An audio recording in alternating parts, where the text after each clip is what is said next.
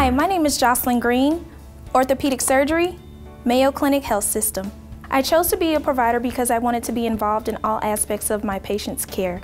Being a bedside nurse allowed me the opportunity to see what would happen as far as patient's care, but it limited what I was able to do in my interactions as far as the treatment plan involved with the patient. So being a provider allowed me to be a part of that full spectrum of their care. The best part of my job is when you have those visits where you actually realize that you made an impact and that you made a difference in the patient's progress.